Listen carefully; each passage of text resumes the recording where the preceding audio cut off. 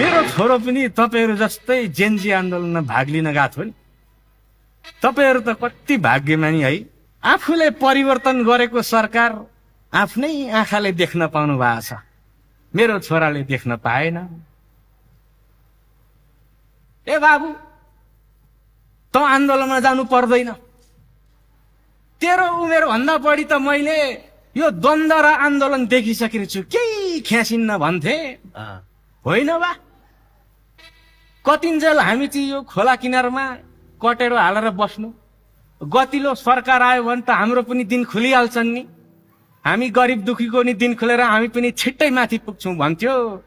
अहिले मलाई एक्लै छोडेर धेरै माथि पुग्यो मेरो छोरो। तर म आँखा रसाउन दिन्न नि फेरि। मैले त आँखा बलियो बनाएर राखेको छु। मेरा छोरा जस्तै 80-85 जना छोराहरूको सपना यो सरकारले कहिले पूरा गर्छ, अनि हामी जस्तो बिचल्लीहरूलाई कहिले व्यवस्थापन गर्छ भनेर हेर्नकै लागि भए पनि आँखा दरो बनाएर राखेको छु मैले।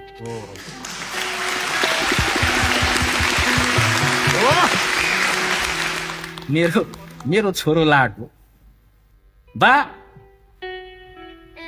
मलाई आन्दोलनमा गएर मलाई केही भइहाल्यो भने सरकार परिवर्तन भएर जुनसुकै युवा सत्तामा आउँदा पनि आफ्नै छोरो सम्झिनु है बा भन्थ्यो। अस्ति यही कुरा सम्झेर आनन्दले निदाइरहेको थिएँ, बिहान आएर डोजरले घर भत्काइदियो। अब छोराले त सत्तामा जुनसुकै युवा पुगे पनि आफ्नै छोरो सम्झिनु भनेको थियो। अब उसैले अंश लग्या होला भनेर म त चुपो लागेर बसेँ। अब यो भन्दा अरू गर्न पो के नै सक्थेँ र मैले।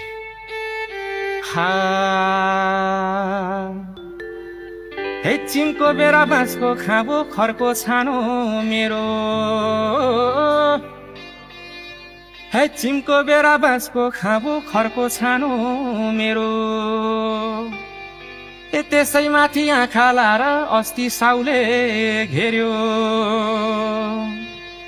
हे साउको ब्याज, हे साउको ब्याज ब्याजको स्याजले खिचिरहेछ मलाई। खै पायो त गरिबले न्याय सिंह दरबार जलाई।